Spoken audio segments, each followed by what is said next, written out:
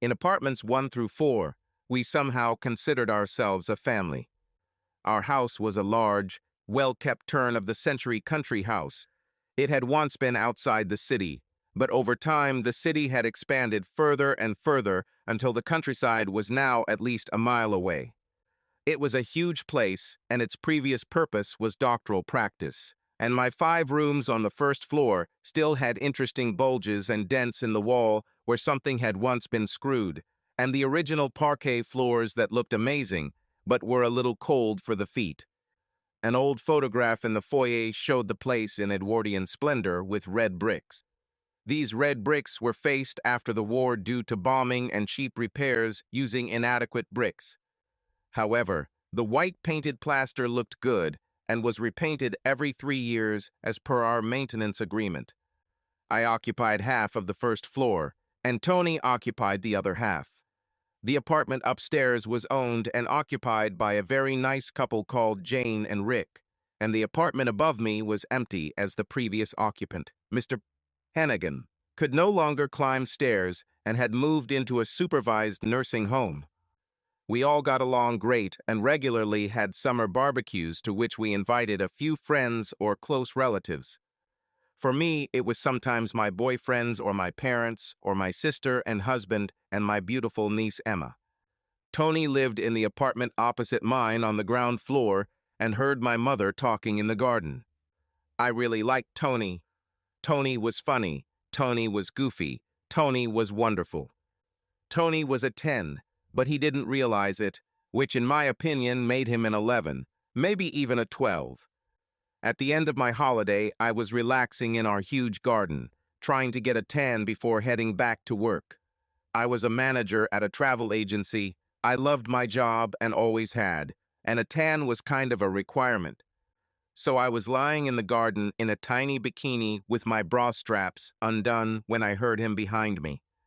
"Wow, Andy, you look amazing." "Thank you," I said, holding my bikini top. Tony fell silent and his mouth fell open as he had the opportunity to admire me in the 4 small triangles of red fabric. We exchanged a few glances and I blushed, hoping that he would flirt with me and invite me to dinner. Tony was a fitness trainer, working with individual clients, but more often than not running after-school camps for dozens of yummy mommies, then fitness classes for seniors, to classes at local community centers or nursing homes. Being only 2 days younger than me, we often had joint birthday parties in our garden and always got along. The following weekend after my tan, we had another BBQ and had a great time. Tony spent the night in my bed. Even though the sex was too fast, I blamed the alcohol. It became a weekend affair. He came to see me on Saturday evening. I would cook dinner, we would relax on the couch, and then end up in bed, but I limited the alcohol.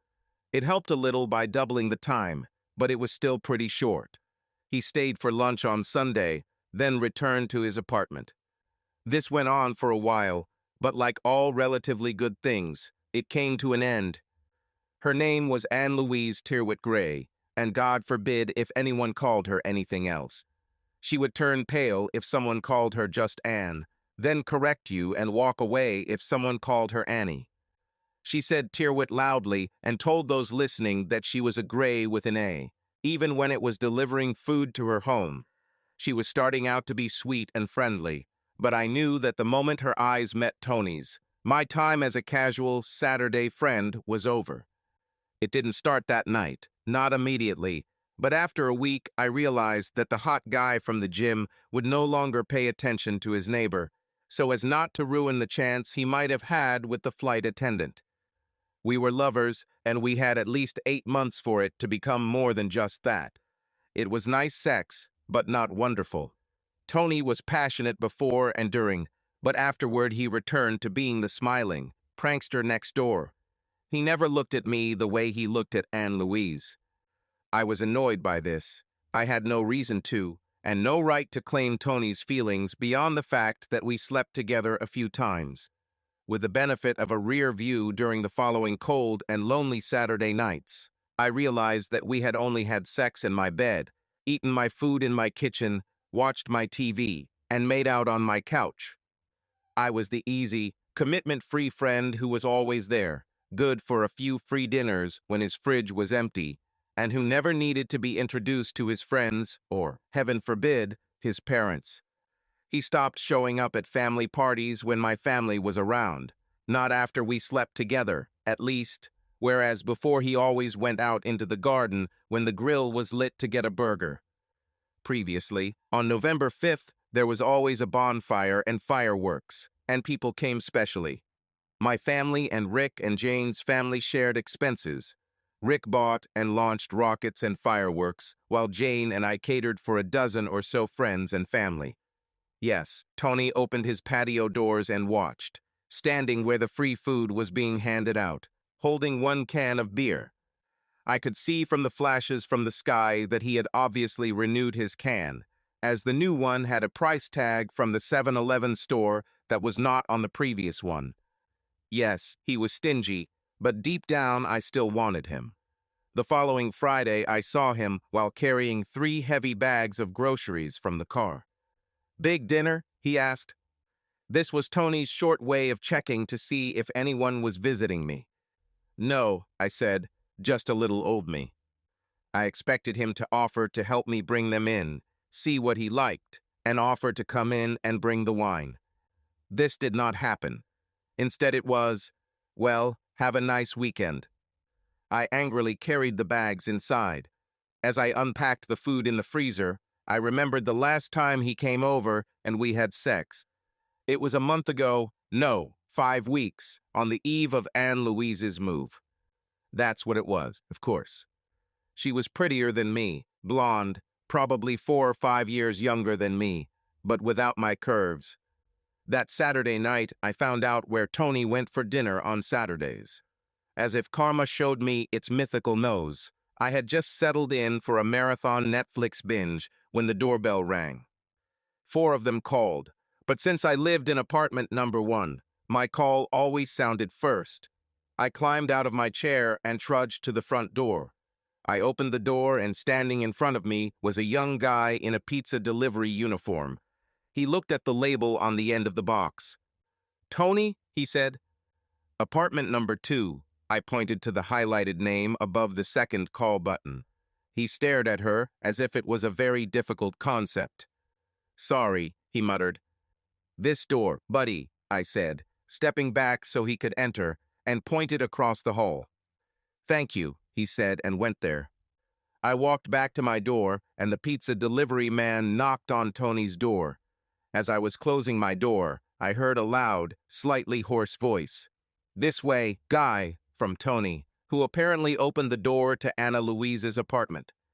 At least when he came to me and we had sex, I cooked real food for him and didn't order from an app.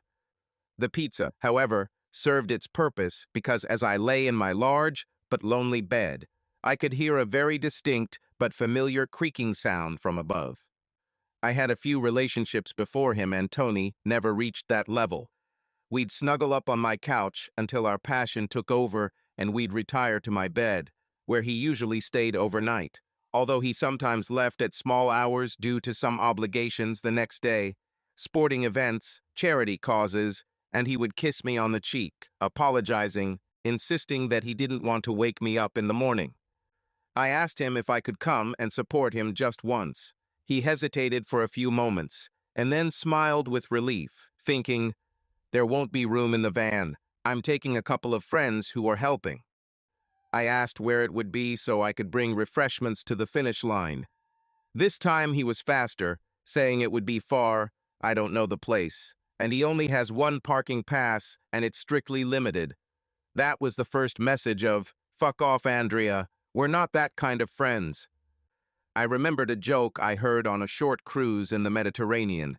It was a late show, and the jokes were pretty risque and crude, but I was clutching my sides along with my friend Gail. The comedian ended the joke with the words, "Of course I love you. We're having sex, aren't we?" And at that moment, I finally realized that we were sex friends, nothing more. If he wanted sex on the weekend, he would wait until I got home on Thursday or Friday. Then a nice conversation would begin, and we would make an appointment. For that matter, I knew where I stood. Since then, I decided that two people can play this game.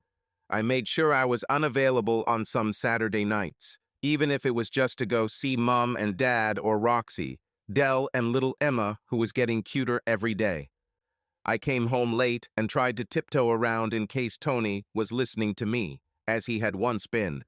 He tried to persuade me to let him into my bed or kitchen, but I refused, and he turned into an offended Labrador. Sometimes I did throw him a bone. I knew he was a jerk who used me for food and sex, but I accepted his opinion. He was an easy and harmless sex partner. I didn't love him, and he didn't love me, and I didn't see a future with him. I allowed him to come to my bed at least once a month so that he would not forget me. Now that the perfect Anne Louise had arrived, it didn't matter anymore. She was giving away the goods, and I assumed I was no longer of interest to him. The girl's pride was a little bruised. Of course, I went from dinner swapping to spinster, and he dumped me for a double barrel of beauty in the apartment above mine. One evening, when a strange weather anomaly made our house quite warm, it took me a long time to adjust the thermostat to the way I wanted it, so I simply opened the small vent window above my bed. This way I could hear the lovers upstairs. Lying there in the too warm, but still too hot, musty air, I turned off my phone and rolled over to go to sleep. I fell asleep fairly quickly, glancing at my alarm clock on the bedside table, which showed that it was a little before 11. During this time, he would kiss me on the cheek and say, "See you." What I'm saying is, it was a Thursday night and we've never had sex in the middle of the week, not once. I woke up early, feeling recovered from the night's experiences. Tony was with Anne Louise and was never with me. I showered, ate a bowl of cereal and drank a cup of tea, and was ready for the day.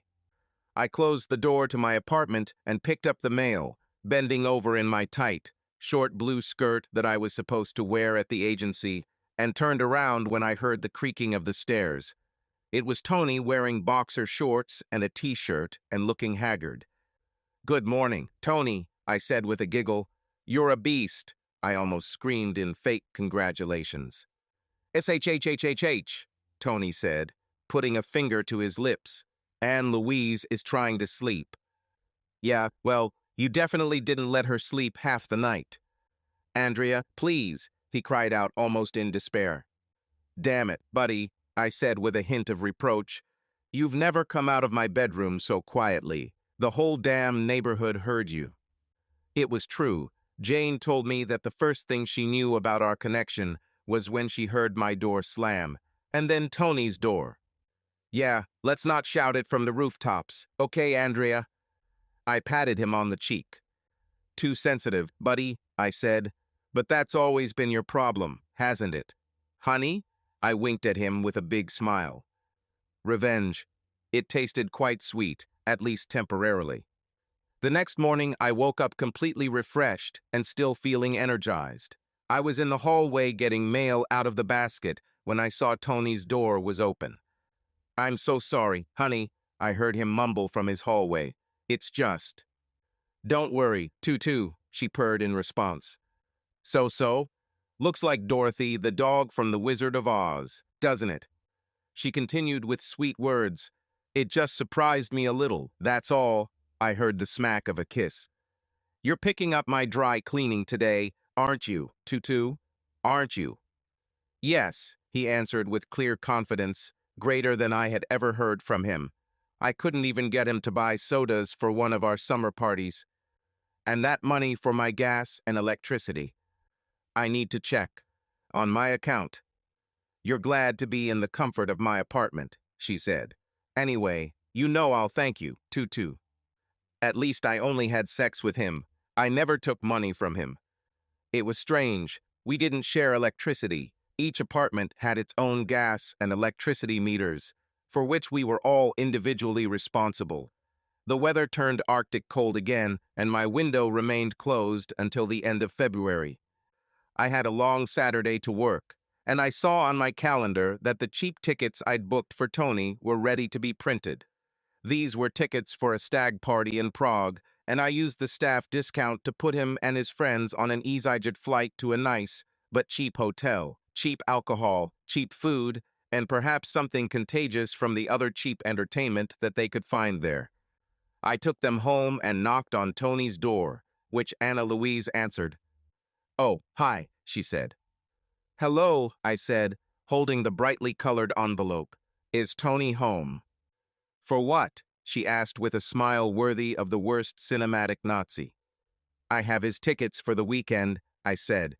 I could hardly argue that it was none of her business. She opened his front door, which I never did.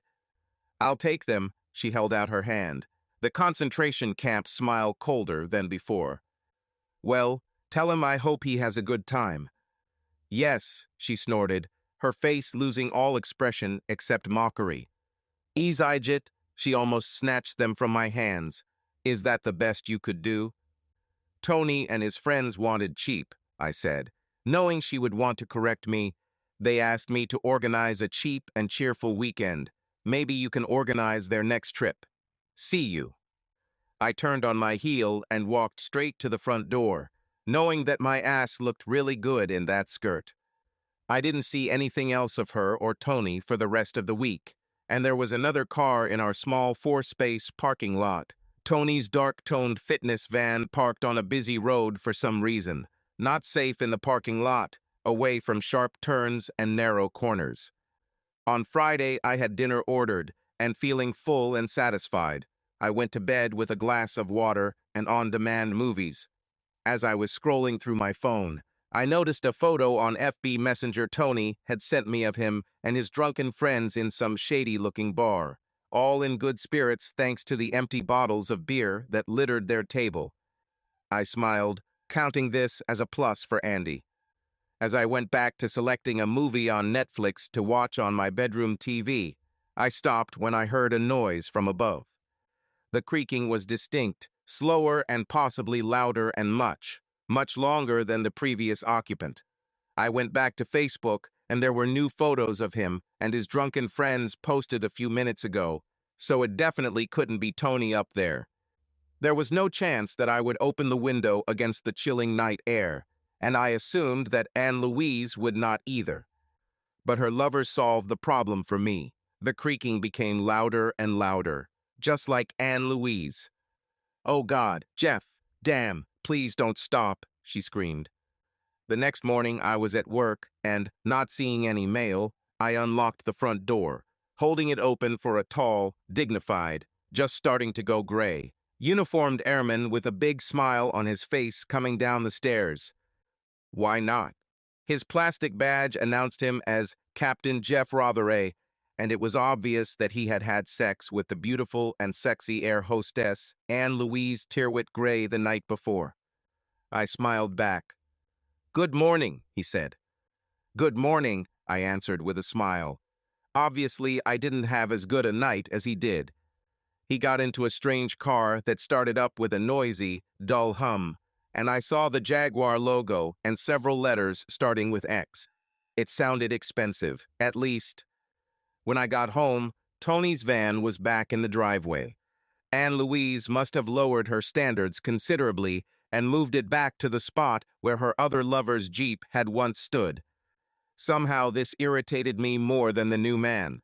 Apparently, she had the key to Tony's apartment, and she must have gone down and moved his van and all the tools of his trade, his entire business, out of the safe and secure parking lot that he had paid for as part of his lease and which he had looked after. Her own CCTV system so the man she slept with could park his expensive Jaguar there. It screamed wrong. As soon as he left the country, someone else took over his tool of the trade, where Tony's van used to be. I wanted to contact Tony and tell him. Okay, I was no longer in his life, but I still considered him my friend and didn't want to be abandoned, at least not by her.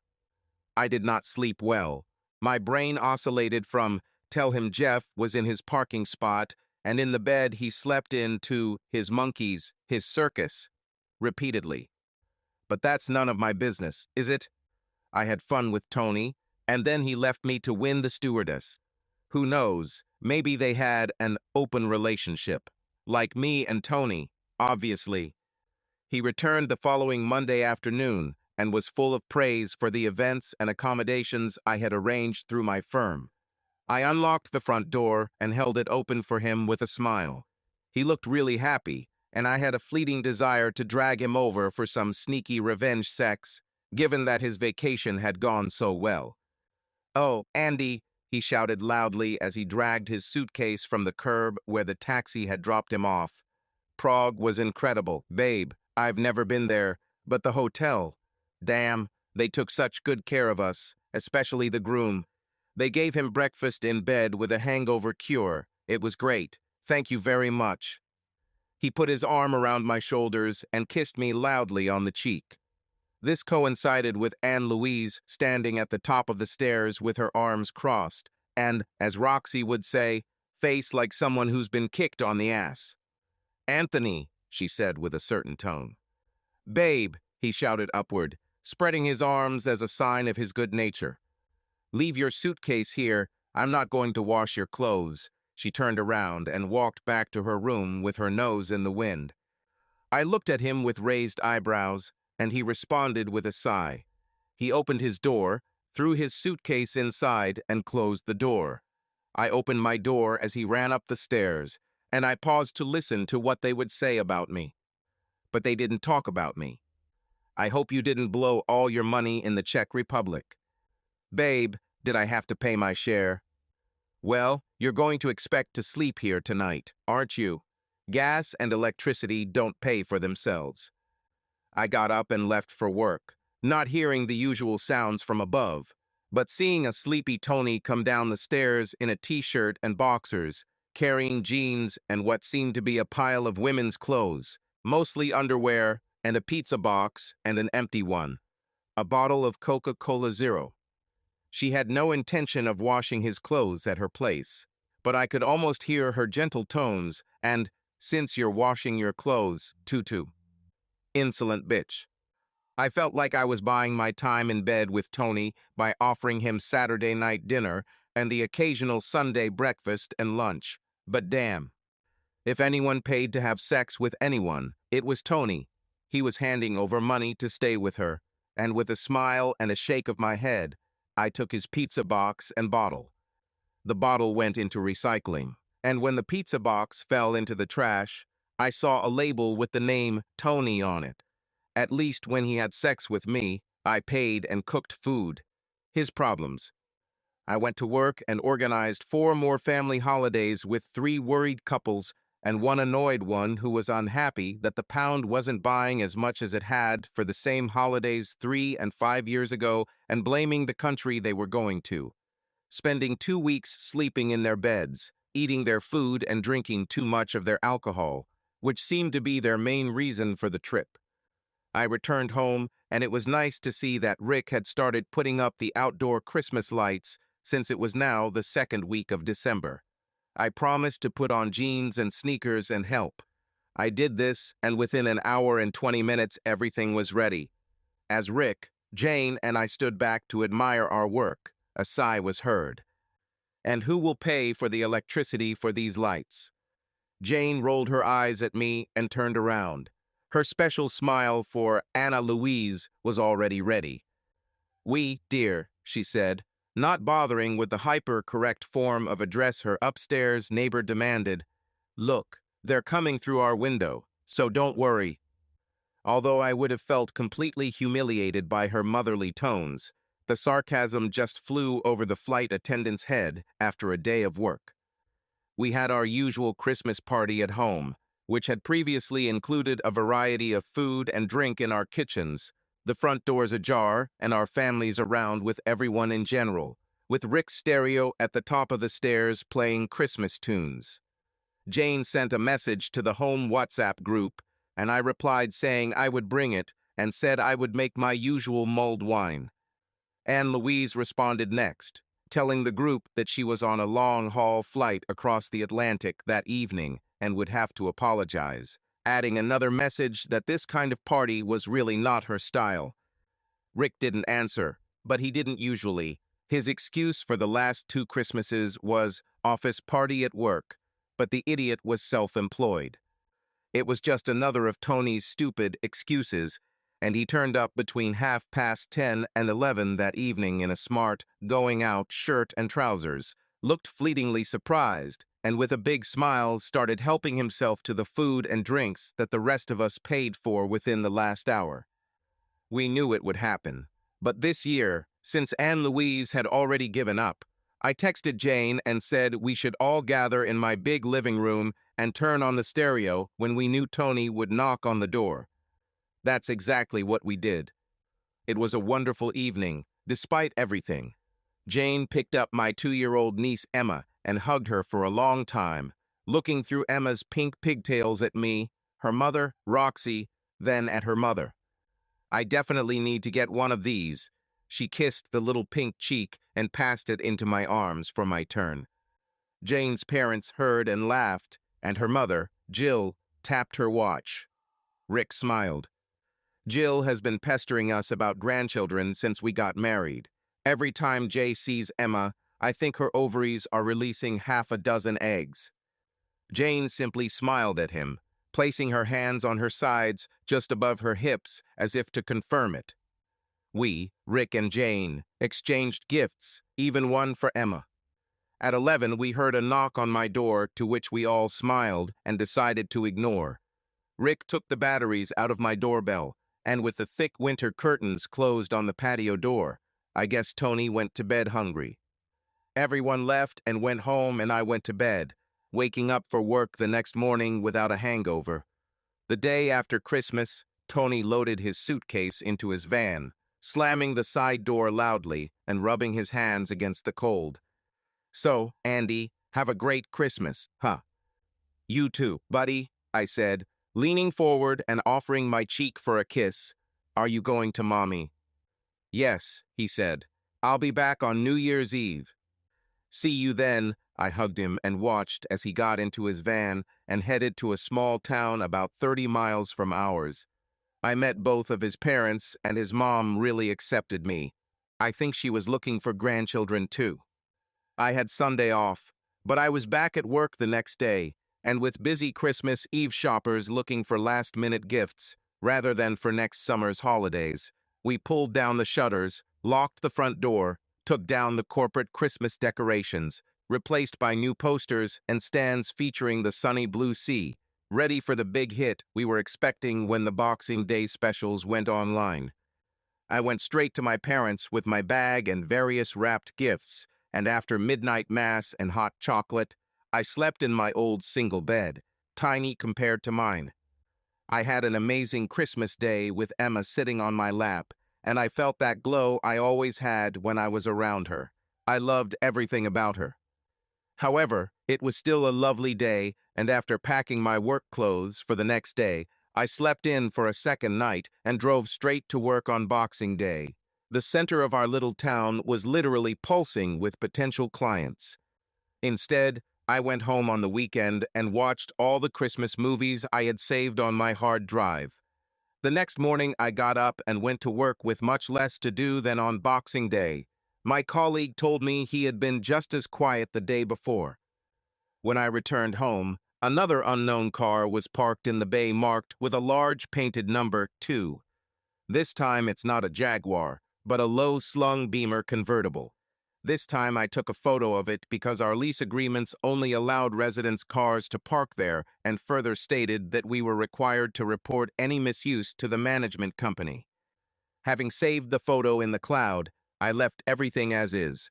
I guessed that whoever owned the BMW was staying the night, and Anne Louise's comment, "Oh my God, Mike, damn it," was added to the squeaking sound for good measure. The next morning I showered, had some tea and a bowl of cereal, and walked out into the hallway in my company uniform with a handful of mostly junk mail in my basket. On the floor above, there was the sound of Anna Louise's door opening and some slurping kisses, which suggested that the morning goodbye was much more emotional than with Tony or even with Jaguar Jeff a month earlier. To the last, "Call me," I finished sharing the junk mail and looked over my shoulder at a man coming down the stairs wearing another pilot's uniform, this time from an airline affiliated with my travel agency. "Good morning," he said when he saw me in the same suit as the flight attendants during his flights, but without the perfect makeup and styled hair that they needed to order. The devil caught up with me, and I saw his name badge turn so he could read mine. "Good morning, Mike," I said, adding as much familiarity as I could. He read mine. "Good morning, Andrea," he said after a pause, and when I opened the front door. We walked down the path to the driveway, talking quietly to me, explaining that I was the manager of the downtown branch of the firm we both worked for, and explaining that I had flown on our airline to Rome that summer. He asked if I had ever thought about becoming a homemaker like my flatmate Anne. I said it was an option from my college course, but there was a lot of standing, and it wasn't really that glamorous. He nodded in agreement, pointing to the front of our large house, where the Christmas lights still twinkled against the gray morning. Among those flickering lights, I saw blonde hair and half a face that I knew was struggling to understand how well Mike and I knew each other. Mike said something funny about our employer and their profits, so I laughed and rolled back a little, glad that I was instilling doubt in that overactive brain under the blonde hair. Mike and I said goodbye, and he held my car door for me. I grinned, and with a final, "the devil made me do it" smile, I blew him a kiss of gratitude as I reversed onto the road, in view from the hallway window. This fully prepared me for today, and I had rehearsed my answers to any "how do you know Mike" questions I might be asked. As much as I tried many convoluted Machiavellian answers, I knew that, in the end, lies beget more lies, and that I would go for the "I don't know him." But we wore the same uniform gambit, just to letting her know that she wasn't worried about anything. As I drove home to 3 empty parking spaces, I knew she was probably flying across the globe again, deciding if she was going to seduce the pilot, since the man she usually had fun with was at his mom's house for another day. Most likely she was. The next evening Tony was home, and I was in my usual place counting the squeaks. The new year was spent with me at my mother's, and we all went out into the garden when the clock struck 12. Now obligatory fireworks, hugs and kisses from all sides. When I returned home at 1 in the morning, I saw another strange car in Tony's place, this time a tall black Range Rover. Seriously? I knew that if Tony's van had not been there, he would not have returned that evening. He might have been a bitch, but he wasn't stupid enough to drive drunk. I know he had a fold-out mattress and sleeping bag in his van and slept in it many times instead of driving home. But my goodness, he was probably just across town, parked in his club's parking lot while some anonymous flight crew member actually took his place. Technically, at least. It was no use. I took out my phone and took a photo of it, and the built-in flash told the waking world what I was doing. At least no one noticed, and all of Anne Louise's windows were at the back. Lying quietly in my bed, I listened to what was happening upstairs. This time, a certain Pete was in Tony's apartment. I woke up at my usual stupid hour, and even though I didn't have to go to work, I still got up, showered, and hung around my bedroom, dressed and ready to go, listening to the telltale noises. I heard the doors closing and decided that she was seeing him off. I opened the door and went out into the corridor. I didn't have mail, and of course it was New Year's, so I went up the stairs and saw that no one was there.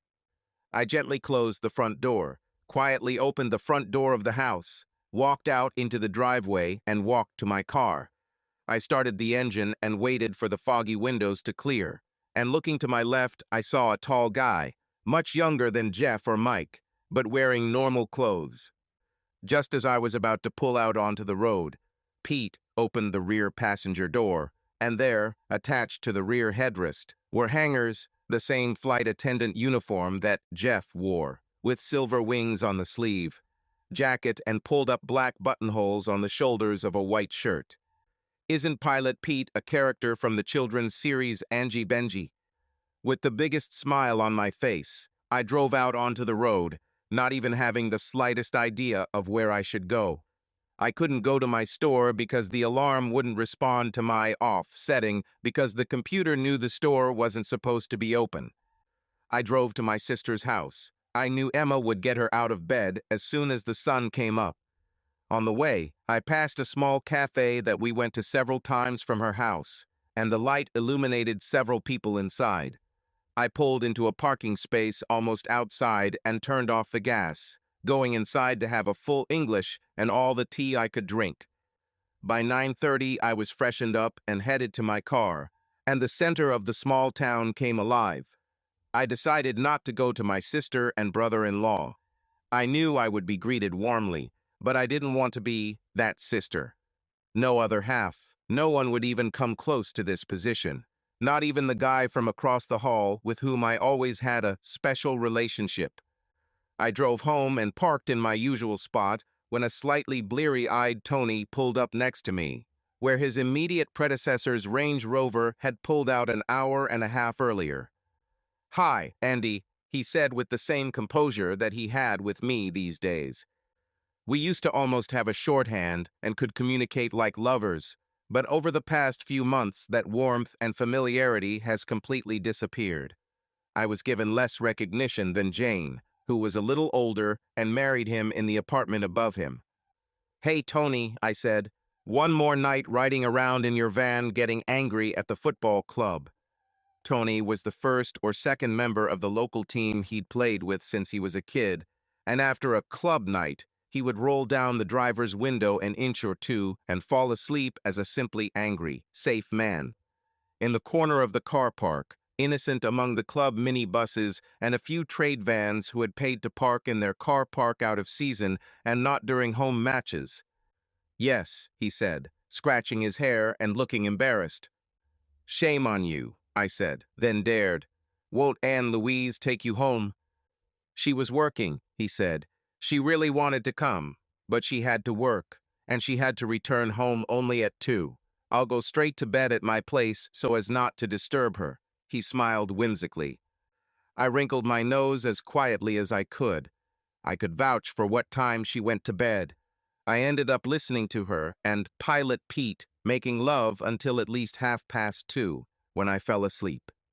"I'll take her out to lunch," he said, and smiled that wistful smile again. "She misses me. She said she doesn't like sleeping alone." It was a shock. Okay, I knew she didn't like to sleep alone. On those nights when Tony wasn't around, didn't Jeff the Jaguar, my buddy Mike, and Pilot Pete crawl into her bed to comfort her in his absence? I really wanted to say something, but the sensible Andrea intervened and said that it was actually none of my business. I took a deep breath to calm my angry inner thoughts. "Well, you bring her something tasty for lunch," I said. "She'll get tired." The new year had begun, and other than a quick maid and soon-to-be-finished creaking from above, I rarely saw or heard from Tony or Anne Louise. Over one of our regular cups of coffee, Jane told me that Anna had been a bit of a pain in her ass, complaining about almost everything she and Rick tried to do.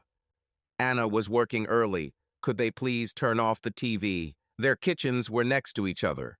Did Jane really have to be clanging pots and pans so loudly that she could hear every beep from the microwave? "Honestly," she said, "I think that arrogant bitch must have been raised in a monastery under a vow of silence." I took a sip of coffee. "If she's not in bed," I said, "my bed is right under hers, and sometimes she makes a little noise."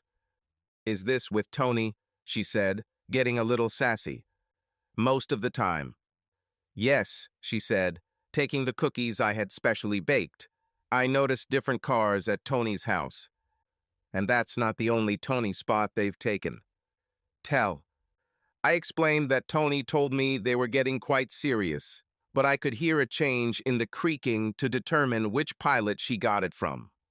Jane admitted that she had taken photos of the strange cars in our parking lot and sent them to the management company as instructed, but in fact she could only name the cars, not their drivers, so my information was new to her. The house was quiet and Anne Louise was back on her regular long-distance voyages across the Atlantic, and I only knew she was there when there was a creaking noise above me. I talked to Tony from time to time, and one day I asked him when he was going to put his apartment on the market. "Oh no," he said, shaking his head. Anne Louise still thinks we should keep our places. Are you still paying her to live there? Well, gas and electricity. Food? Well, I'll have to buy food where I live, won't I? Yes, I suppose, I said, but I thought to myself, no, when you came and spent Saturday night and Sunday morning with me, you didn't do that. I noticed that he no longer goes out on Fridays and Saturdays and mentioned it. I'll calm down in my old age, he said. And it's not that you don't have any more money. A little, he said, as if nothing had happened. Just be careful, Tony, okay? I said, looking at our car park, happy that Anne Louise's car was with her at Heathrow. If she can't afford to live in her apartment without extracting money from you. Tony rolled his eyes. It's not like that, he said. Anna and I, he began again. Anna Louise and I are in love. What? Yes, he said with a soft smile that I had never seen from him. A first for me. He paused. I mean, when we were... Yes, Tony, we were special. I remember you telling me. But it felt like I was just sex and free food for you on the weekend. Perhaps I should have charged you for rent and food. Don't be like that, he said. You and I, we were different. We were. He struggled to find a comparison, even though I had already told him special. Like I said, sex on the weekends and free food, Tony, that's what I was to you. The reason you never had to go grocery shopping. I'm really sorry, he said slowly. Are you sorry? I intervened. What? Sorry for leaving me when the fashion model arrived. Nuo, he managed to choke out. I'm so sorry. That's how you feel. So you don't regret leaving me? Look, I didn't abandon you. He made exclamation marks with 2 fingers in the air. We were never together, were we? No, Tony, I said with a deep sigh. After spending the better part of a year in bed together, we certainly weren't together, were we? I opened the front door, and Anna Louise is in love with you. Yeah, he gave me a confident smile. But don't want you to move in with us forever. Not yet. But are you together? It's my turn to put exclamation points. He nodded. Exclusive. Yes, he said, as if it were some kind of divine revelation to him. Oh, okay, I said, nodding widely. I was so close to telling him about the other guys. Tony, be careful, okay? What do you mean? He snapped at me. He was happy. Did I really want to tell him about the 3 pilots? Ruin the happy place he was in? Nothing, buddy, absolutely nothing. I left. Perhaps Anne Louise would start a new life and stop having fun with her buddies when he had a few nights away. I still had the photos and registration numbers of the cars, and I could remember their names using my own shorthand. One spring early Saturday morning, I watched Tony being picked up from the front door in one of his football club's mini buses, and I remembered him telling me that they had qualified for the Cup, and it was a late match in a real stadium in the countryside, with an overnight stay at the Premier Inn or local bed and breakfasts as a sign of celebration or condolence. I thought about that. There was no sign of Anne Louise or her car, and I thought I heard her drive away early in the morning. I went to work and spent a quiet Saturday collecting a few euros for one client, dollars for another, and brochures for a couple of elderly passers-by interested in the Orient Express all the way to Venice for their golden wedding anniversary. I saw them walking through our little property, 50 years together and still holding hands. This was what I wanted. I returned home and pulled out onto the road to see a dark Ford Transit toned fitness on the road in traffic and a black Range Rover again in the second bay. Anne Louise was in love with Tony, wasn't she? If so, why is it Pilot Pete's turn again? I didn't know for sure, but a few minutes spent in my apartment let me know that they probably weren't surfing the internet or watching TV. Again, the creaking was the longest ever, but its volume did not increase in any way, but the actual level of her grunts, moans, and exclamations increased exponentially. Her final, "Oh, Pete," was worthy of a dozen Harlequin novels. Jaguar Jeff and My Buddy Mike were very good. lasting much longer than her regular guest, but neither of them received anything close to the applause and encore shouts that Pilot Pete did. He may have become Tony's regular replacement. I was still very angry, though. Anne Louise took advantage of a handsome guy who may not have been the sharpest pencil in the box, and, let's be honest, slept with him for rent money. Just as I was getting ready to go to the cinema, the doorbell rang, the top one of the four. I was hoping it would be Tony, back early from the match and struggling to find his keys in the pouring rain that started an hour ago. I ran out in my overalls, opened the door to see Delivers dangerously dragging his blue plastic moped around Tony's poorly parked dark van, their wet waterproofs glistening against the fluorescence of the streetlights. Looking down at our welcome mat, I saw a brown paper Burger King bag slowly falling apart as the rain pelted it. I left him there, closed the door, and went back to the movie, wishing I had stolen the tall cups, one of which might have had a milkshake in it. Oh, good. Back on the couch, I thought about contacting Tony and telling him to come home immediately because I could hear moaning coming from upstairs and his true love might be unhealthy. No, we still can't do it. The next day, Karma returned home, or rather Tony. While his usual drunken colleagues the night before were either sleeping off their team's draw or finishing the last of their cooked breakfast, Tony's minibus full of older, more sensible fans who had gone to bed early and needed help returning home to mow the lawn, finishing the bathroom plumbing, decorating the living room, or doing anything equally mature and sensible, he was tossed around. I looked out of the kitchen window while waiting for the kettle to boil and saw a rather confused and exhausted Tony standing in the road with a small backpack, looking at his van, scratching his head and wondering why it wasn't where he left it 26 hours ago. This could finally be it, I thought to myself, and pulled my mug of tea out of the farthest kitchen window to see what was going on, as Tony was now examining Pilot Pete's black Range Rover, which was really only visible from his kitchen window.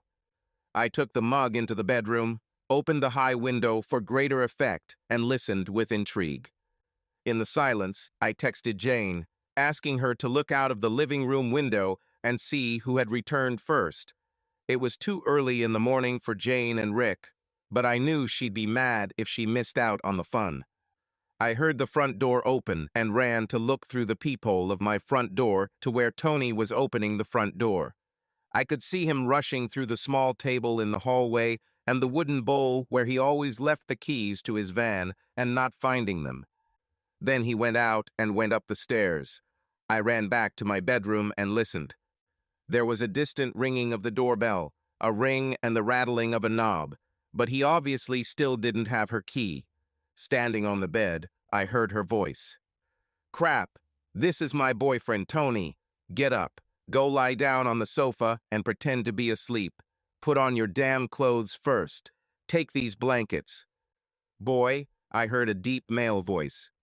The tapping of feet on the floor told me that Pilot Pete was probably following instructions and was probably pulling something as well. I ran back to the front door, my pulse racing, desperate to finally hear this bitch get her comeuppance. I opened it slightly, closed my eyes, and listened. "Hi, Tony," she sighed loudly, stronger than ever before, and, as I guessed, hugged him. "You're back early." "Yeah," I heard him say. "My van isn't in my parking spot. You know, anything inside isn't covered by my overnight insurance unless it's in my bay and covered by my CCTV system, is not it?" "Well," she muttered. "Who owns the Range Rover?"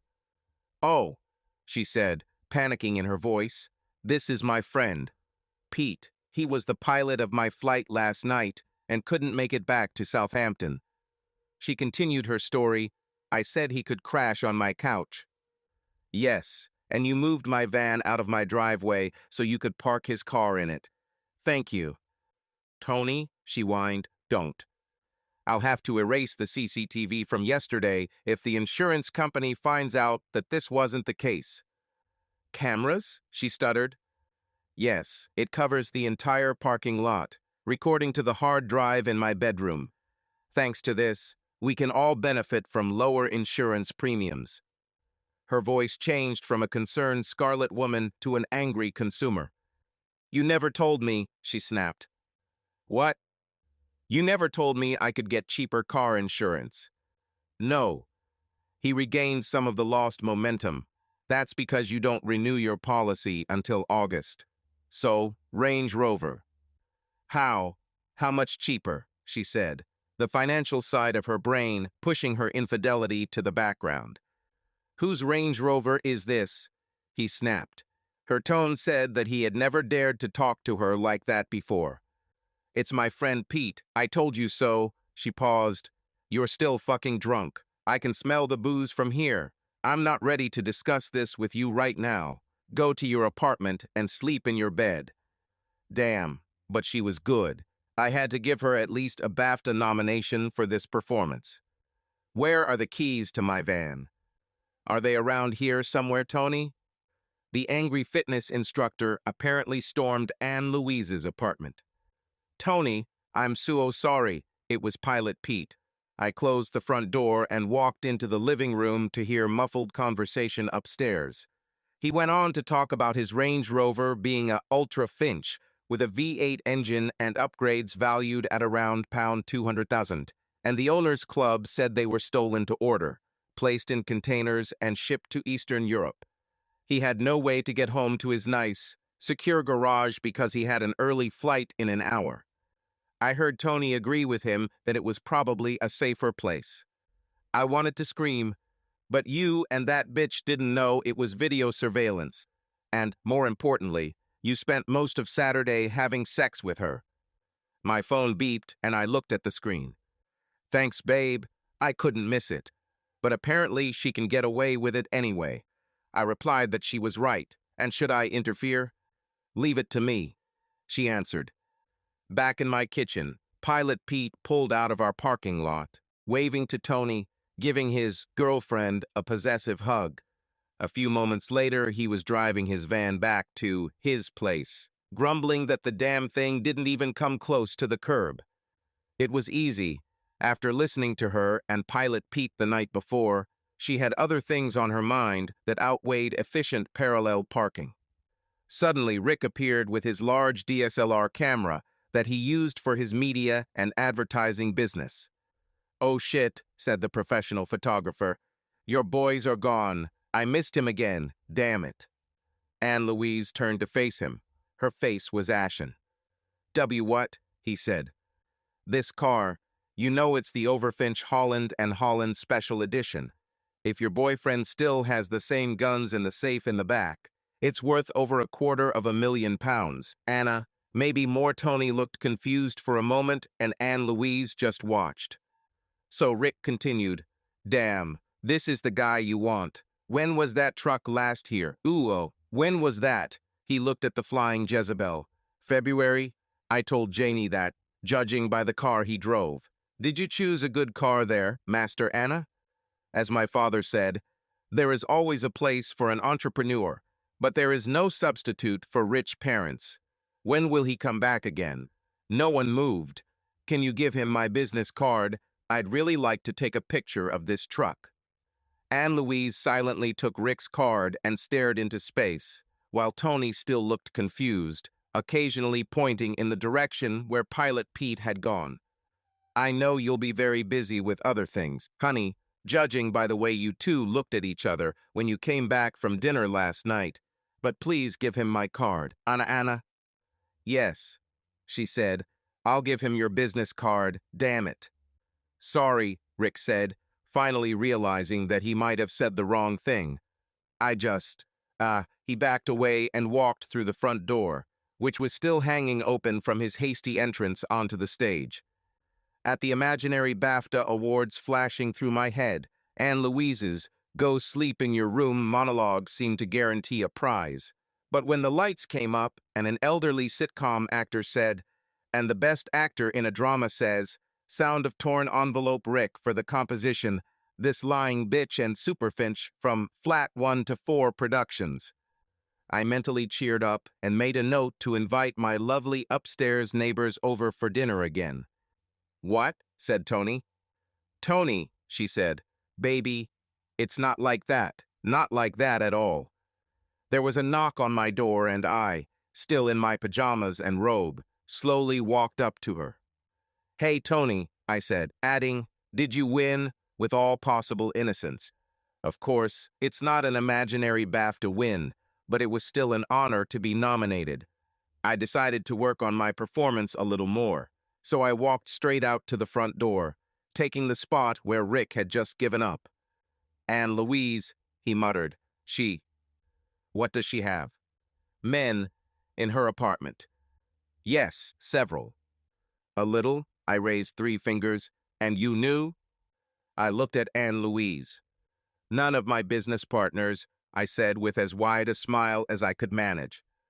But I told you that we have something going on, he said. You knew I loved her.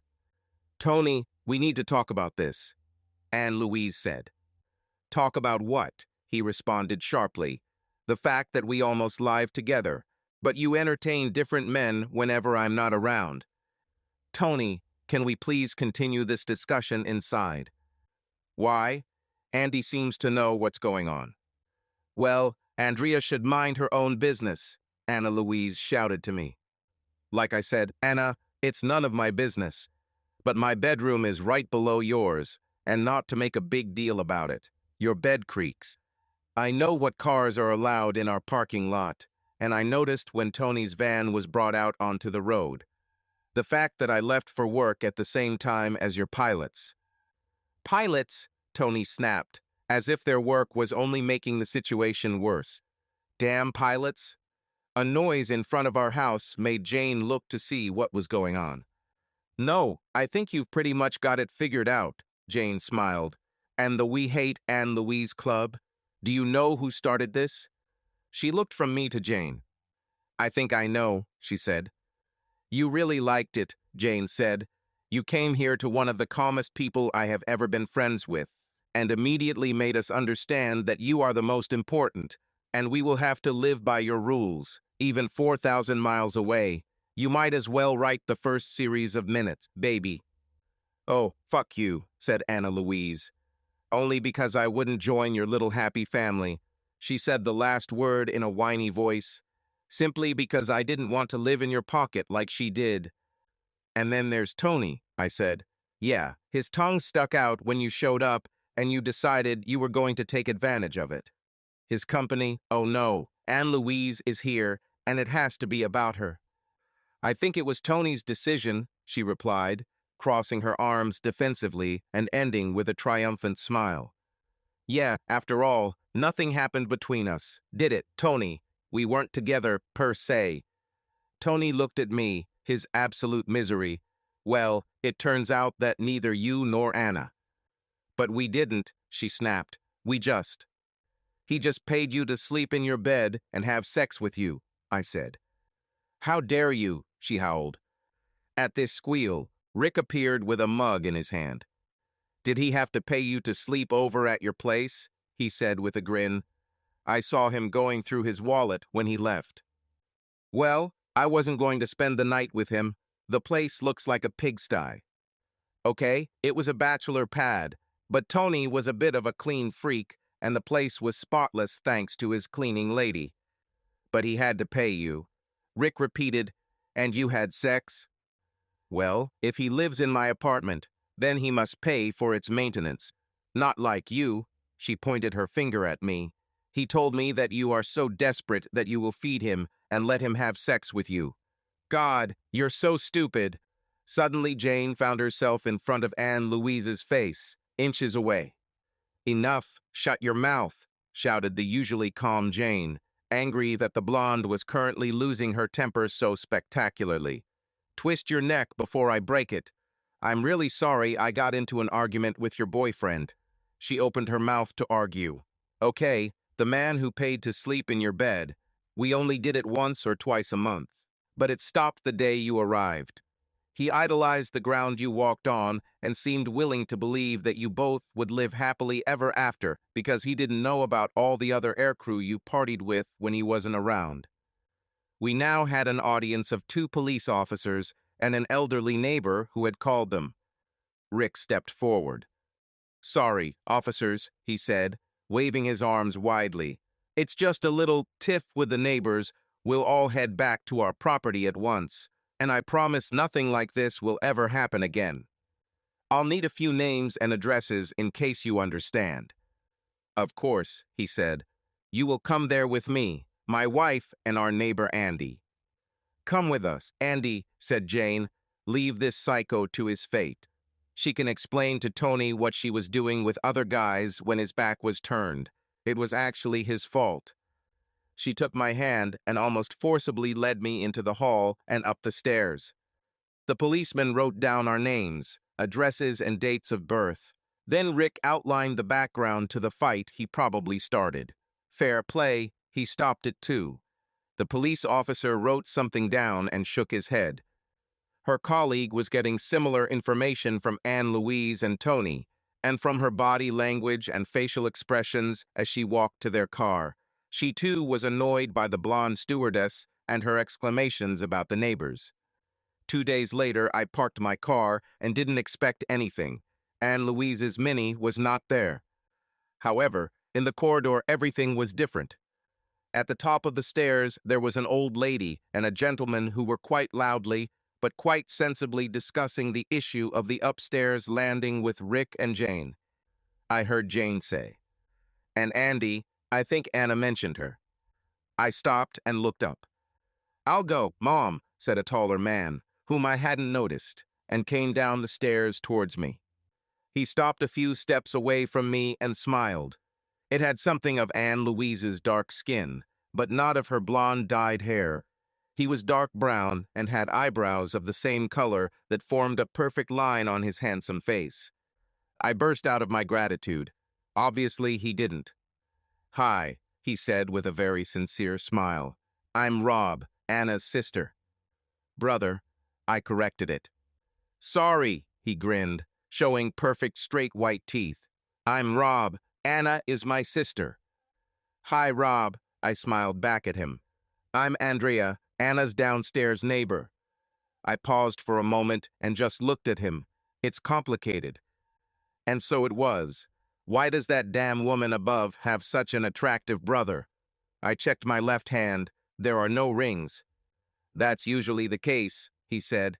"Can we, talk? How about some coffee? I just finished work and need to take off my shoes." I opened the front door and walked in, glad he followed me. "Thank you," he said. "Mom, I'll just be here and knock when you're done." He entered my large kitchen dining room, where I was already filling the kettle. Decaf or regular, I picked up both containers. The regular one was a really nice, expensive instant one that I saved for special occasions or for special friends. "Oh, please, as usual," he said approvingly. I took 2 of my nicer mugs from the closet and poured granules into them. "What did you want to talk about?" "Anna," he said. "Okay," I looked at him expectantly, holding a teaspoon over a jar of coffee. He chuckled and closed his eyes, and I chuckled in response. "Sorry, I'm really not that good at this." He smiled again, and it looked perfect. What am I talking about? Everything about him looked perfect. Even better when he took off his short jacket, and the definition of his muscles was visible under his tight gray polo shirt with the word Fred Perry written on it. "Are you here to scold me, Mr. Gray?" I said with a laugh, my thoughts going back to reading 50 Shades. I don't know if my rude thoughts showed on my face. I poured boiling water into the mugs to relieve the tension. "Milk and sugar."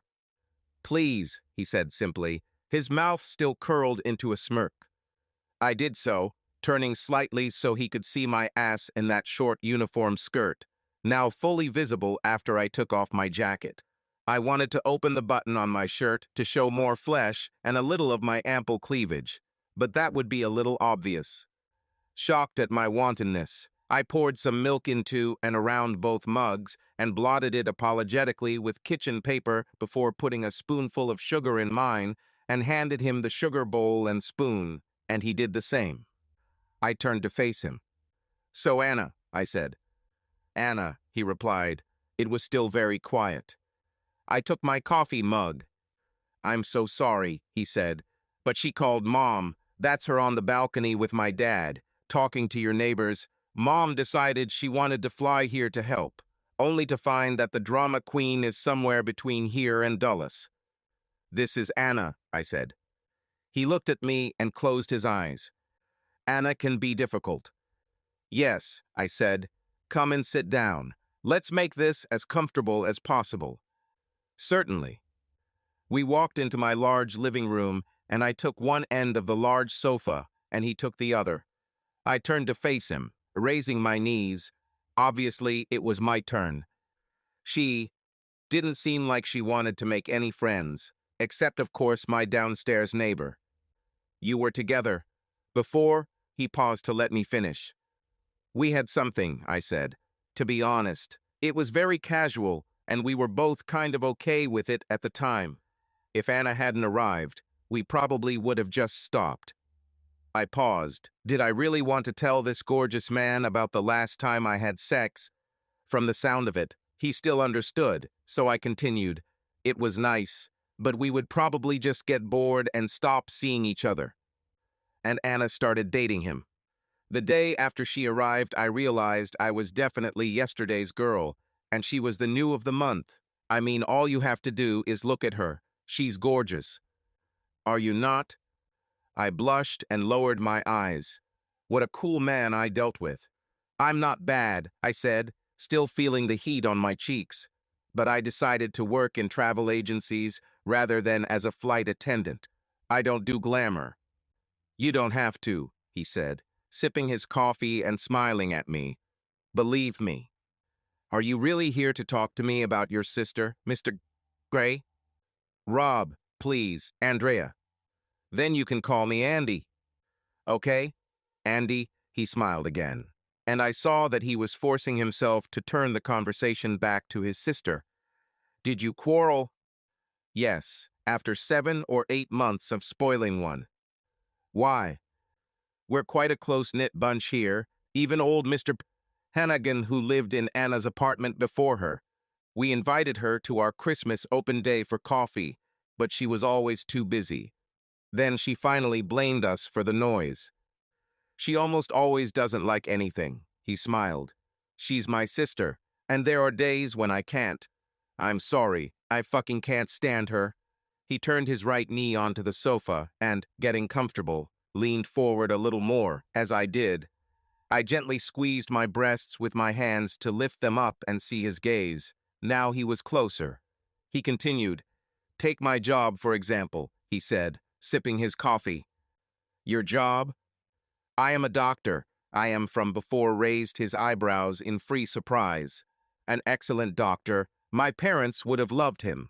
An orthopedic surgeon, no less. Wow, I said, letting him know that I was really impressed.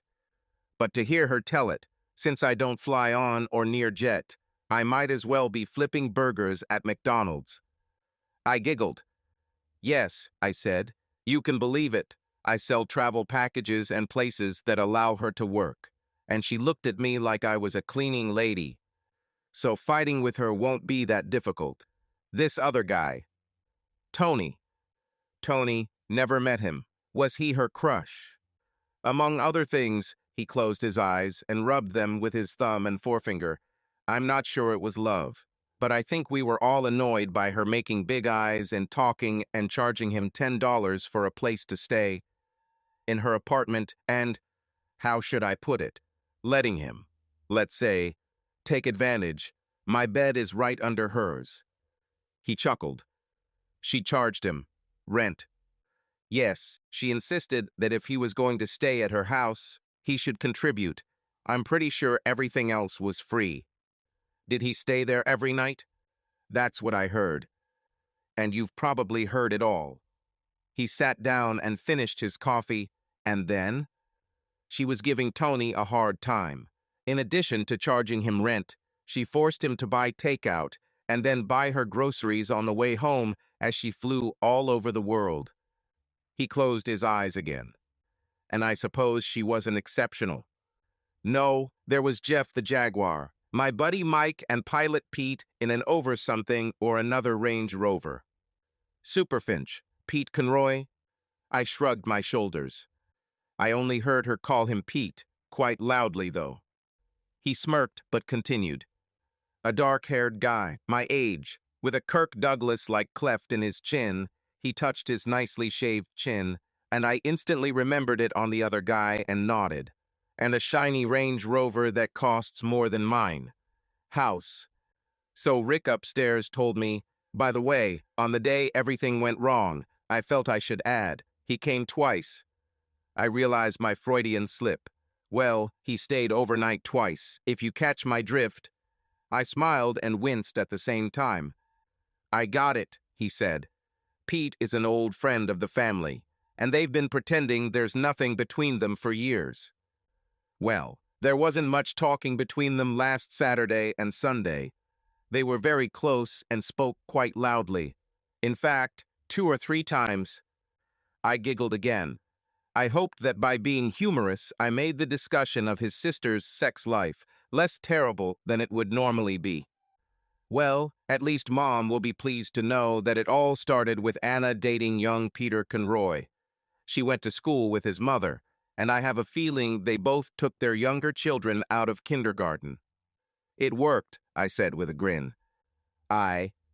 He paused. I was going to say, Mom will be happy when I tell her, but, maybe I'll have to change the description of the circumstances. Well, getting to the point, Anna moved Tony's van full of expensive equipment from our secure driveway to Pilot, so Pete could park his. Over Finch, Rob nodded.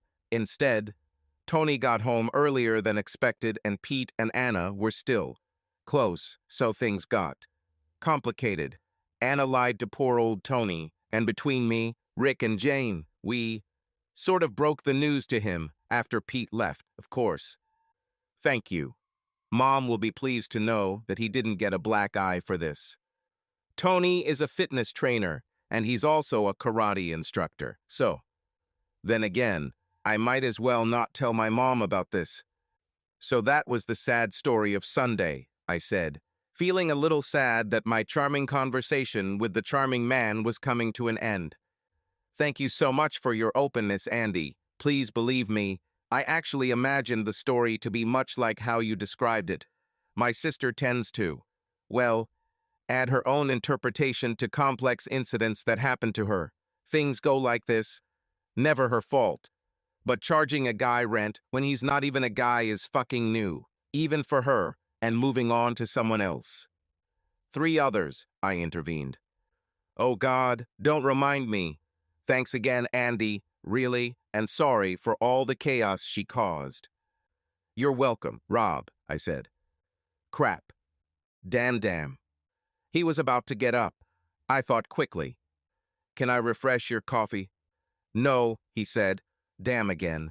But, he added cheerfully, how about I buy you a coffee tomorrow afternoon?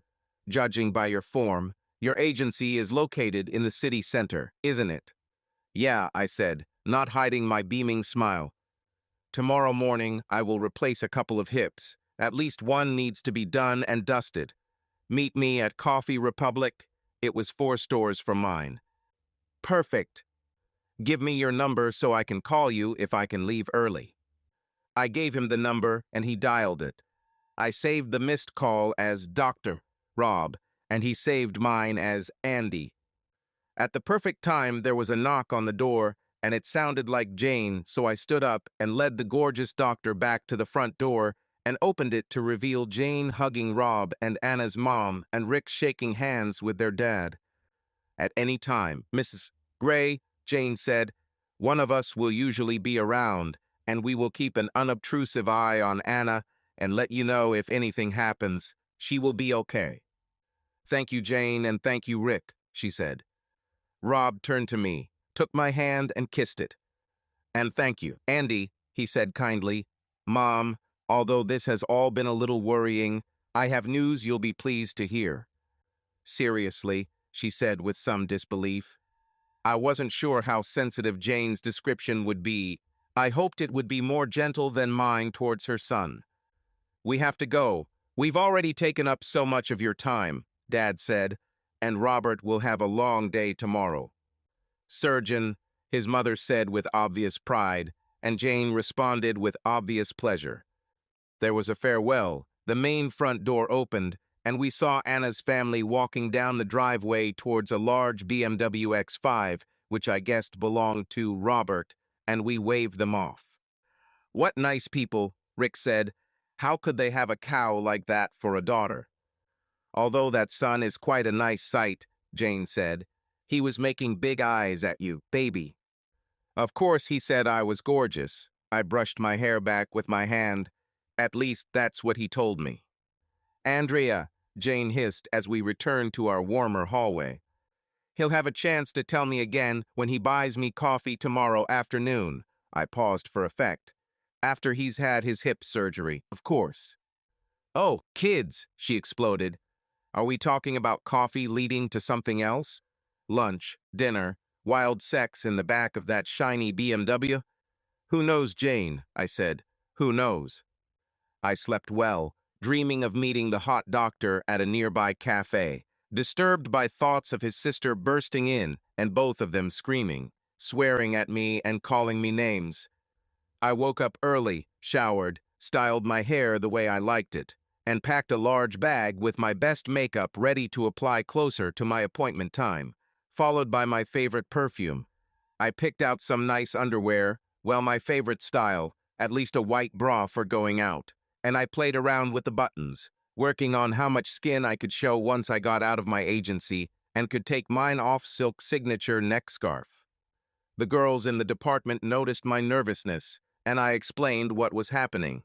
That was enough, and when the clock struck 12, the store door was locked and the closed sign temporarily hung, while Teresa and Emmy took my bag and applied foundation, blush, and all the other magical products I had brought with me. Yourself. Teresa ripped off my scarf and unbuttoned my blouse, where I had tried this morning, and declared that everything was fine, and then I sprayed perfume on me. Looking at myself in the mirror, I was very pleased with the result. A few seconds later, the phone rang. "Hi, Andy." It was Dr. Rob. "I'm near your store, and you're there, aren't you?" "Yes," I said, showing Teresa the name on the phone. "Training using a new system," Emmy whispered in my ear. "I'm just finishing up training on a new computer system. I'll be right there." Emmy and Teresa looked like a couple of excited schoolgirls and practically screamed at me. As one, we calmed down, opened the door to the store, and walked out calmly and at ease. Teresa flipped the closed sign to open and unlock. "See you after lunch, Andy," she said, holding the door open while eyeing Dr. Rob closely. When we left, I was sure that I heard two identical, but short cries of delight behind me. "It must be a really exciting time in the travel agent world, Andy," he said, looking over his shoulder at the grinning faces of my two colleagues, holding back his emotions now that he was watching. "Oh, like you wouldn't believe it, Rob," I said, poorly hiding my laugh. They both seemed quiet. "Possessive, Andy," he said, looking down at me. "Should I be on my best behavior?" I looked back at my two friends, who were still watching with a wide smile and interest. "Yes and no," I said, waving back at them, all pretense of normalcy gone. "Imogen, the little blonde, will take one of your eyes if you upset me, and Teresa, the gorgeous brunette, will want to know when our first date." "Oh, that's easy," he said. "Tonight, I sort of made up my mind and booked a table at Francois's Cafe in the port. Will I pick you up at 7? My face turned red again. "We haven't even reached the cafe yet." "That would be great," I said. "Thank you." We found a table outside in the spring sunshine, and Rob rushed over for a coffee and 2 paninis which, thanks to my morning appetite overwhelming my nerves, I had to stop, my hunger returning now that I knew I had a date that evening. We talked about ourselves, the usual initial compatibility stuff you always go through. It was wonderful, and I really liked him. He was kind, charming, and the complete opposite of his sister.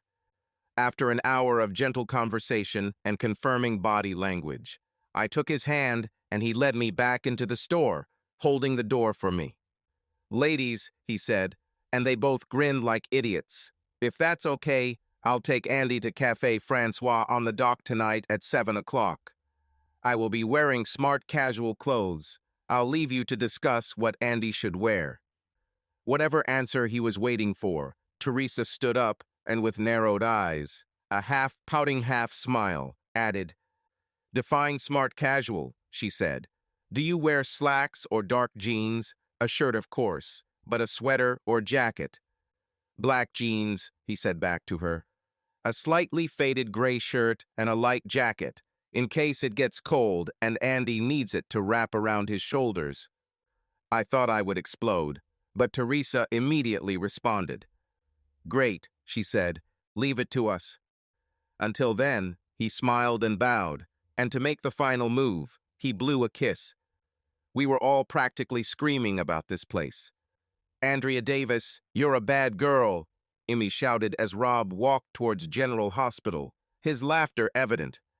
"Baby," Teresa said, "little black dress. I know you have at least 3. "Yes," said Emmy, "the same shiny one that is here." She pointed to the low neckline of my favorite girl's dress and where it ended on me. "Read my mind, ladies," I said, finally starting to calm down from all the excitement and the realization that I was going on my first date in a very long time. Emmy ate lunch next, returning with food from McDonald's and news that she had been talking to her brother's friend Debs, the hairdresser further into town, and I was the last customer at 5 o'clock. Debs made my hair look amazing, and I went home absolutely delighted.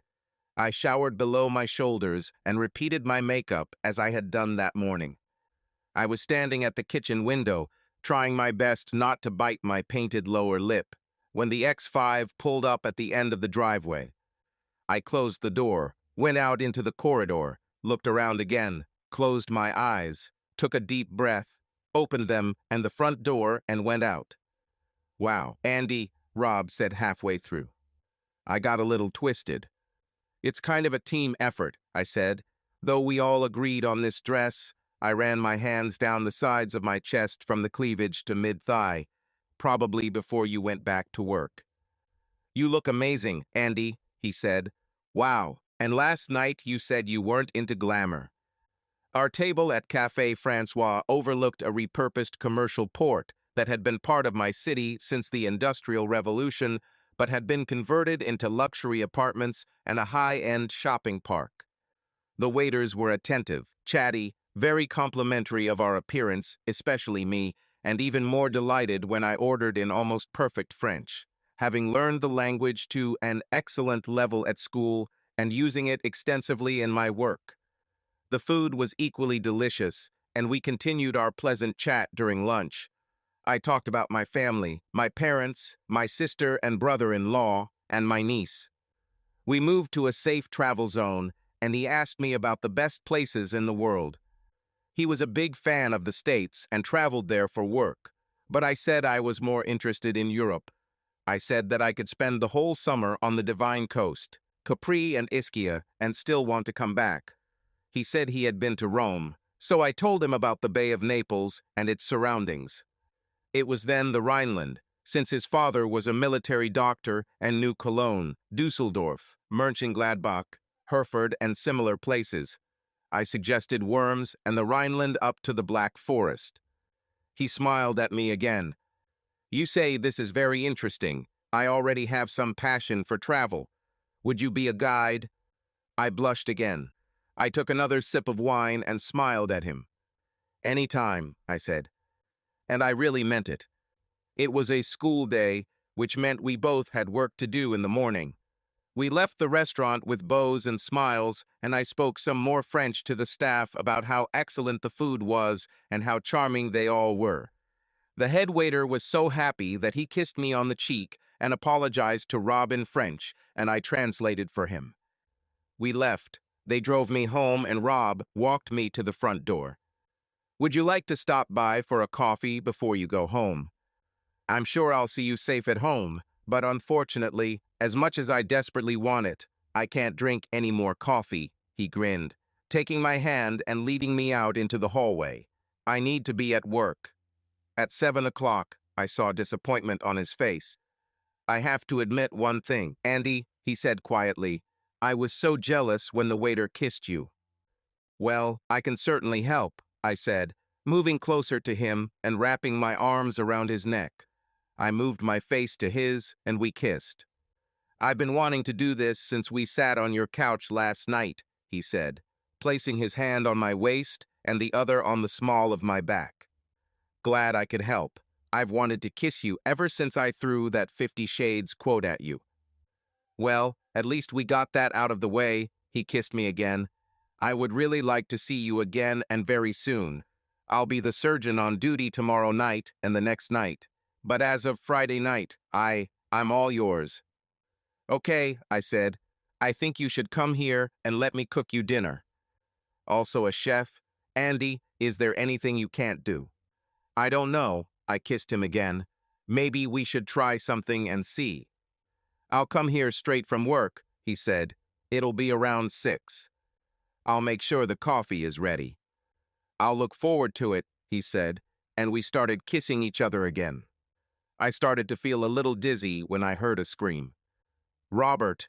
We stopped and I retreated to my door, but she ran down the steps to get a better view. The infrared switches turning on the lights. I thought it was your car. What? She obviously saw us in our nice clothes and noticed that we were hugging each other from above. We parted, and in a new light, I saw that he had my lipstick on his lips. I quickly wiped it away with my finger. Good evening, Anna, he said, turning around. Good evening, Rob. She paused, dressed in gray sweatpants and a t-shirt that showed off her flat stomach. She looked again, then crossed her arms and glared at me. Hello, Anne Louise, I added. What are you doing to her? She squealed. What do you care? He said in response. She spat. Her and her others, she nodded towards Rick and Jane's apartment. They were pestering me. Really? Well, from what I heard, you haven't done that well yourself, Anna, and you're charging the guy rent. Oh, she muttered, obviously gathering her thoughts. Oh, she already told you about that? Well, that's typical. She crossed her arms in disgust. Well, I bid you good night. Andy, he leaned over and kissed me again, and I heard a furious snort from the middle of the stairs. Good night, Anna. What? She growled. You sleep with the enemy and wish me good night. First date is, Rob said, trying to calm his sister down as he gave up and walked out the front door. You, she pointed her index finger at me, stay the hell away from my brother. Yes, I said, watching as her brother waved at me from the side of the road as he got into his car. You keep wanting it. I closed the door, but a few moments later I heard her screaming in the bedroom. He just wants to seduce you, Andrea, just sex, because that's all any man ever wants from you. What the hell does he want with an ugly old woman like you? He'll seduce you and then dump you like they all do, like every guy dumps you because you deserve it. He will seduce you and then throw you out in revenge. For me and for what you did to me. The next morning, there was a note on the mailbox in the hallway with a very angry message. You won't see my brother. Bitch. I saw her brother, of course. We corresponded via text messages, and 2 days later, I saw him sitting on the wall of my front garden as I pulled the car into a parking space, and I was even happier to see that his sister's car was gone. No matter how hard I tried to be a little cool when I saw him, I couldn't help myself, and my cheeks hurt when he picked me up, kissed me, and apologized for Anna's screams and threats after our first date. He told me about his long day, how he had 3 surgeries and never sat down. I instantly pushed him onto one of the chairs at the dining table. You just call her Anna, I said with a grin and poured boiling water into 2 mugs. Oh, don't get me started, he put his hand to his face. In middle school, she was a pretty girl who found herself in a class with a lot of pretty girls and decided she needed something to help her get through. Anne Louise Gray became Anne Louise Gray, and the whole class would have screamed if anyone had said otherwise. And you are Dr. Gray, not Dr. Tyrwhitt Gray? Tyrwhitt was my mother's maiden name, and she was the very last in her line, so Anne decided she would become Tyrwhitt Gray. With an A, I added, stirring the coffee and the atmosphere. Really, Andy, with an A, he answered me with a smile, taking the coffee from me. So will she be three-barreled when she gets married? I'll wait until she gets married and see. I pursed my lips and smiled. I came closer to him. And she told you not to come near me? Not quite in pain of death, but close enough. Any number of missed calls, a few messages on the answering machine that get louder and nastier, and then a bunch of letters to my mom about you, with my copies. He took a sip of coffee and took my hand, pulling me closer. It seems like I need to stay away from you. I placed my coffee cup on the table next to him and, despite my short skirt, climbed onto his lap, wrapping my arms around his neck. And there's nothing I can do to make you change your mind. I started kissing his face, cheek, neck. He hugged me and kissed me back. I'm sure there could be something. He wrapped his long, muscular arms around me and held me tightly to him, something few of my boyfriends had ever done before. Yees, I sighed. I felt his hands around me, pulling my blouse out of the rumpled back of my skirt to touch the bare skin at the base of my spine. I shuddered, but pleasantly. It's not that I want to annoy her, he whispered. It's just that you're such a wonderful girl, and I think about you all the time, and... He hugged me tightly, and we Frenched each other's faces, just enjoying our close contact. Well, if my lovemaking with you also pisses off Princess Anne Louise, then, well, it's certainly a win-win. I slid off his lap and pulled him into my bedroom where he could continue undressing me. He sat down and stood me in front of him, found the button and zipper on the back of my skirt and undid both. I jerked and she fell. He then pulled me a little closer and unbuttoned my blouse, which he pulled down by the sleeves. Then it was my turn, and I unbuttoned his shirt, sliding my fingers under the fabric and gently rubbing the hair on his chest. I love hairy chests. I loved kissing and cuddling, but Tony wasn't such a big fan. I think it was too serious and complex for him and involved a lot more than he was prepared to take on. But Rob was as interested in it as I was and obviously enjoyed it. Or so it seemed. I remembered Anne Louise's cries that her brother would not be interested in an old woman like me, and that whatever he did was probably just an attempt to take revenge for my nasty attitude towards her, his beloved sister. Okay, he can do this and leave. If he could just walk away from a naked woman with such brutality, my disappointment would eventually give way to a certain amount of respect. Wow, Andy, he said, leaning on his elbows and brushing my bangs from my forehead with his hands. Baby, that was amazing. Working together, Rob, I said with a chuckle, definitely working together. I pulled his face towards mine and kissed him. It was the best. Ever, seriously, you were amazing, Rob, thank you. I mean, Andy, he said with a tired grin. Anytime, absolutely anytime. This was the first time, and there were many more. Every evening Rob came to me, and the next day I came to him. I had a spacious one-bedroom ground-floor apartment that I was awfully proud of, and Rob had a semi-detached suburban home overlooking the park, 3 bedrooms, and an amazing kitchen full of gadgets. I love to cook, always have, and the amount of things he had in his kitchen just sparked my imagination. I cooked dinners, baked cakes, baked pies. His kitchen was similar to mine, but bigger and with more gadgets.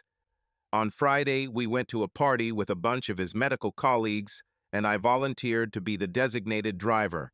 He was a little tipsy, but it was a Friday night, and although I liked him like hell, by the end of the week we were both drunk, so we had to strip naked and go to bed to cuddle each other. The next morning I woke up early, naked and silently rolled out of his bed, unfortunately not as big as mine, and headed to the bathroom. Afterwards, I headed into his kitchen to make some tea, just in time to see a Tesco delivery truck pull into his wide driveway. After putting on and buttoning the long black coat off the rack to cover my nakedness, I opened the door and took my bags, to the slight shock of the senior driver. He left with a smile, a result of my cleavage and the obvious young naked woman under Rob's coat that I saw in the mirror on the coat rack as the truck pulled away. This actually made me very happy, and I hung up his coat again. As the kettle began to boil, I unpacked the package into the refrigerator and then into the cupboards, finding a complete mess of food, most of the packaging untouched and unopened. Gathering food was a great chance for him to sneak a peek and see what cool gear he had. He had a kitchen gadget for everything, and I mean everything. There was a big Kenwood mixer, big and expensive, still wrapped in cellophane. The fryer is still with the cable attached. Next was the slow cooker, such a handy gadget for the busy healthcare professional. But, you guessed it, still in the box. He had a meat grinder, a damn meat grinder. Why would a single man who clearly doesn't know his way around the kitchen have a damn meat grinder? He didn't strike me as someone who cooked his own sausages or hamburgers. Then there was the same waffle iron I had, so I took it out of the box, wiped it down, turned it on, then mixed up some batter while it was heating up, and made a pretty reasonable stack by frying some bacon on his George Foreman grill, which had clearly previously used, I thought, typical guy. He places the oldest of 3 bottles of maple syrup, 2 mugs of freshly brewed tea, and 2 glasses of orange juice on the tray. I went upstairs and entered his bedroom just as the smell of food woke up my lover. He looked at me. Wow. "Good morning, Rob," I said, dropping the tray into his lap as he sat down, leaning against the padded headboard. He looked at the feast before him. "You." He looked stunned. "Did you get this? Delivered?" I put my hands on my bare thighs. "Delivered?" I crossed my arms over my chest, brought my breasts and nipples up to his gaze. "Fuck off," my shapely ass delivered. I whispered, shifting my body weight to one leg and combing my hair where my hair would have been if it hadn't been pulled back into a ponytail. "I prepared all this, Robert, in your kitchen." I sat down on the bed next to him and took the glass. "Waffles?" "Your waffle iron," I said. "Do I have a waffle iron?" "In the closet," I said, "next to your meat grinder, blender, and deep fryer. Sorry to pry, but I was packing your groceries while I made tea." "Oh yeah, I forgot it was this morning." "Everything is packed," I said. "Do you know how much flour you have?" He leaned over and kissed me, taking a corner of a hot wafer dipped in syrup. "I think a little less than before. You'll have to show me some recipes, naked of course." "Hurry, Tiger," I said, feeling his hand on the upper curve of my buttock. "Eat before it gets cold." We sat, ate, giggled. The whole sweet and sour thing with waffles with bacon and maple syrup passed him by.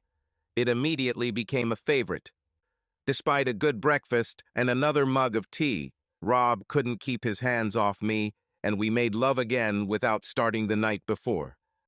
We chatted about some sweet nothings until he took the tray downstairs and loaded the dishwasher while I took a shower. I put on the skinny jeggings I bought the night before and a nice new fitted t-shirt, my go-to outfit for looking good and feeling good.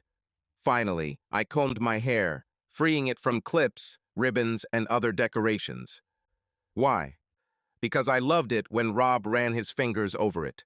We went for a late lunch, and he held my hand the entire time, walking through the city center and enjoying each other's company as spring tried to break through the remnants of the damp winter darkness. I could at least call myself gloomy, because that day, sitting in a coffee shop, we had our very first date. At the same table, he told me that I was so beautiful and that he was in love with me.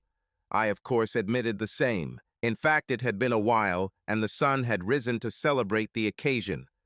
I stayed at his place overnight, of course, but I ran out of clean clothes and ended up going home Sunday afternoon wearing one of his short-sleeved white shirts, buttoned all the way up and then tucked tightly in at the sides, to expose your breasts and cleavage and look so sexy and feel great. He was very grateful, and thanks to what we had admitted to each other and ourselves during the previous lunch, we spent most of the day making out on his huge couch. dragging ourselves away because I knew he had some reading and studying to do. The next morning, I had to prepare my work clothes, some of which were still in the backpack over my shoulder. I opened the front door, walked in, took my post out of the drawer, and unlocked the front door. A familiar male voice shouted as I opened the front door. I turned around. "Hi, Tony," I said. It was my turn to be friendly to avoid the happy greeting I would have added when we had sex. Yes, definitely that. I shared the most amazing lovemaking with the amazing man I was in love with. I could never describe what Tony and I did as anything other than that. To be honest, we never made love. It was only sex, and although it felt good, it was nothing compared to what Rob and I did. It was the first time I'd seen him in weeks, rushing home or to Rob's and spending all my time with him. "So," Tony said, pausing too long and clearly looking at me, "were you away over the weekend?" "Yes," I said, knowing that everything I said to Tony would come back to Anna Louise. If I hadn't said what Tony wanted to hear, he would have walked right up to her and told her what I said. I knew he had a good line to get pity. I didn't want to mention anything about my weekend at all. Not by name, not by description, nothing. I knew that if the message got back to ALTG, she would immediately resume hostilities and shout insults through my bedroom ceiling, and I really couldn't worry about more, especially at a time when her brother was doing so well. "So, Andy," he said, looking at my feet, "I didn't eat tonight, and I thought that if you didn't eat either, then, well, maybe." "Oh, I already ate, Tony," I said, putting my hand on his shoulder with a bright smile, "and I did it along with my boyfriend. But why don't you come in and see Anne Louise?" I stopped myself. "Oh, but then you'll have to pay for it, won't you?" I patted him on the face.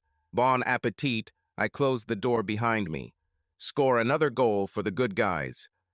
I loaded the washing machine, put on soft, cozy pajamas, and sat on the bed with a mug of hot chocolate, occasionally sending Rob rude messages and telling him about my neighbor who thought he might have had a chance. I was high, with a new sense of confidence and understanding, in love with a wonderful man. The next morning, I went to work and Anna was there. "You don't have a boyfriend this morning, so Andrea?" I made sure to look around to see if Rob was standing behind me. I smiled at her, a very flat and sarcastic smile. "You know, he was just here. He probably slipped away," I said without much interest, took the card statement and went outside. She followed me. "You know where he goes after he's had enough of playing with you, Andrea? Home to his girlfriend. Not in that stupid triple bed he rents for dates with you." I expected this from her and immediately replied, "So is it with all of you, Grace, that you find someone attractive and bring them home for fun? Or is it just you and the pilots?" I winked at her. "I mean, you only moved in 9 months ago, and I counted 4 cars of varying performance parked at Tony's." It was a lie. I only counted 3, but she didn't seem to want to dispute that fact. Maybe I missed one. I could see her lower lip curl quickly. Perhaps my ongoing relationship with her brother was starting to tire her. "My brother is too good for a girl like you. Surgeon? With a damn travel agent? His girlfriend? No, his fiancée is also a doctor." I didn't bite, and I could see her brain working. "You know, they set a date. Mom is just making final arrangements before the invitations go out." She grinned evilly. "Don't worry, Andy," she grinned. "I'll make sure you get an invitation to watch the other man you loved leave. You wish him congratulations from me. Yes, and tell him that there will always be a place for him in my king-size bed." I walked up to my car, waved at her, still with my mouth open and my face dumbfounded, and drove to work. Putting on my headphones, I told Google to call Rob. A few seconds later, his phone rang, and he was quickly answered. "Andrea," he breathed with a hint of sexuality in his voice. "Good morning, Robert," I said. "Anna just told me about your girlfriend. Apparently, you've almost set a date and are living in the same house with her. I can't say I've ever seen her hanging around this place. Maybe the princess said she was just a little girl. She didn't mention it. Maybe she was standing behind the couch, and I couldn't see her the whole time I was there. I could hear the excitement in my voice just talking to him. My damn sister, he sighed.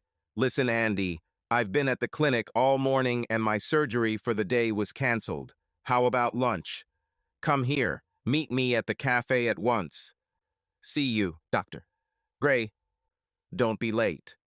Sitting in a corner booth at the Costa Hospital, just as the lunch rush was beginning to die down, I was sipping a latte when a tall, dark, and outrageously handsome orthopedic surgeon walked in, looking hot even in the dark red scrubs he was wearing. He ordered himself a coffee and grabbed a variety of plastic-wrapped snacks and sandwiches until he got to the bacon and brie panini, which were my favorites, and I nodded.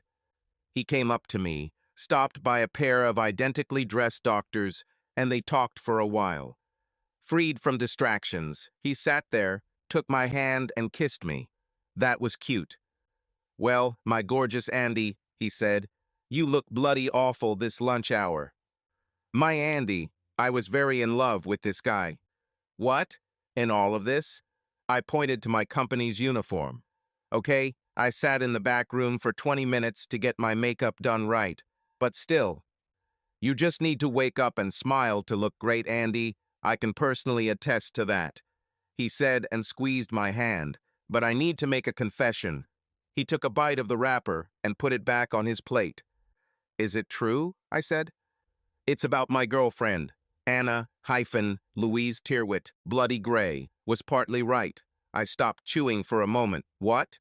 You see, although my girl Bye doesn't live with me, I really want her to live and I want to settle down with her. For a while, I sat motionless and stupid, feeling a chill of something in his voice. What was it? I couldn't. My gorgeous Andy, he slid off the chair onto one knee, holding out the ring. Will you marry me? We only dated for 3 months. Of course, I said yes. We had a pretty sweet ceremony with everyone in attendance, including Anna, my gorgeous niece Emma as maid of honor, and her mom as maid of honor. His parents are as sweet and creepy as mine, and they all got along, and they all fell under Emma's spell. I moved in with Rob before we got married and put my downstairs apartment on the market. It all went pretty quickly, and I got all my stuff out over the weekend, not seeing Tony or my fiancé's sister, but hearing from Jane that they were leaving, and also seeing that she was now expecting twins. I'm still running my little travel agency. Rob is still working his magic with bones and muscle saws and scalpels, and I'm pregnant. And Anne-Louise Tyrwhitt Gray. A few years after our wedding, we were invited to her wedding to a certain Mr. Peter Conroy, after which the dreamy, beautifully dressed, elegantly coiffed, and now, by her own admission, pensive bride declared herself simply as Mrs. Anna Conroy. Sometimes she still acted like a cow, but life and affairs in apartments 1 to 4 were never discussed anymore. She lives in one of her father-in-law's many houses and, surprisingly, looks even more glamorous than when it was her real job. A year later, she had a baby. I was going to ask her if she understood the concept of contraception. But you know, we're a family now, and, well, why should I upset her? Subscribe to our channel so that your love doesn't cheat on you, and go ahead and listen to the next story, because this story is nothing compared to the next one. If you're under 18, don't even think, click to the next one. One, one, one, one, one, one, one, one, one, one, one.